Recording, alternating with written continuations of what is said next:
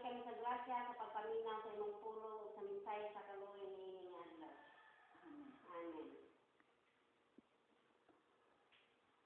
Giisip ko nga ato mga pag-antos nga panahon na dili kayo mikatandi sa himaya nga ipadayag niya kanako ang tanang binuhat na hinangkon nga nagapaabot ug ipadayag sa Dios ang iyang mga anak.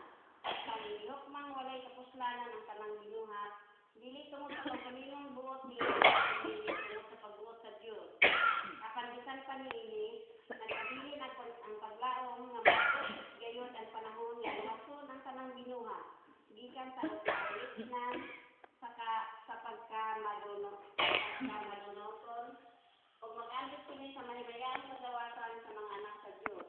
Nasayod kita nga ang hantod karon ang tanang binuhat, nag-agulo tungod sa kasakit ingon sa babae nga nagbati.